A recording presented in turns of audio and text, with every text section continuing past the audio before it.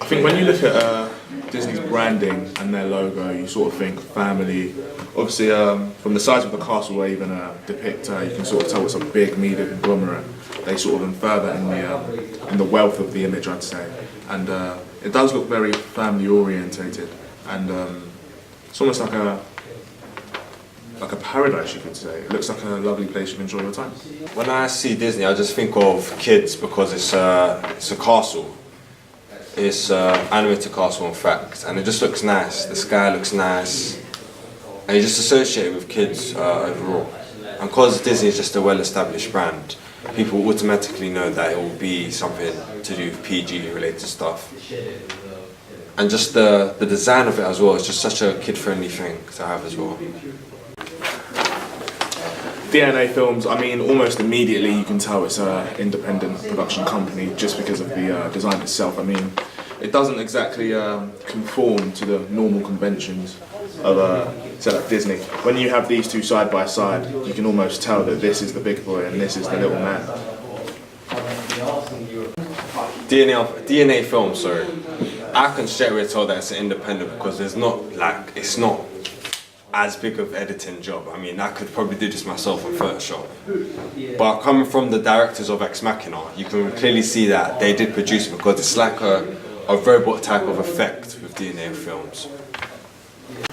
Universal, you can almost immediately tell that this is a big boy player in the production game because, let's face it, they've got their brand over the world. Literally their brand over the world.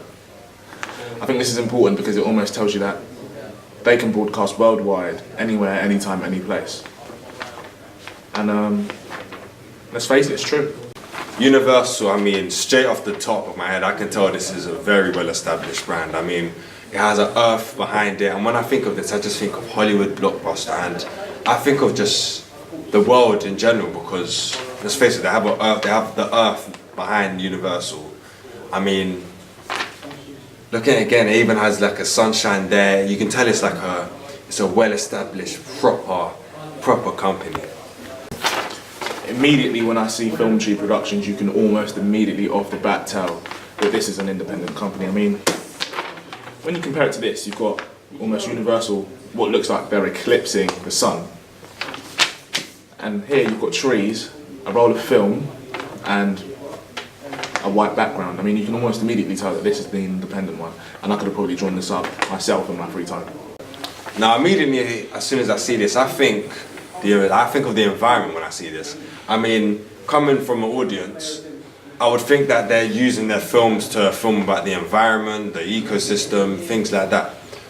I mean, Film Tree Productions, they're also using green. Green connotes to environmental things. It connotes the trees, and Film Tree Productions, I mean, it's compared with this, you can almost tell that this would be better because Universal even sounds better. Universal sounds better than Film Tree. Film Tree you would associate with like recycling stuff and paper.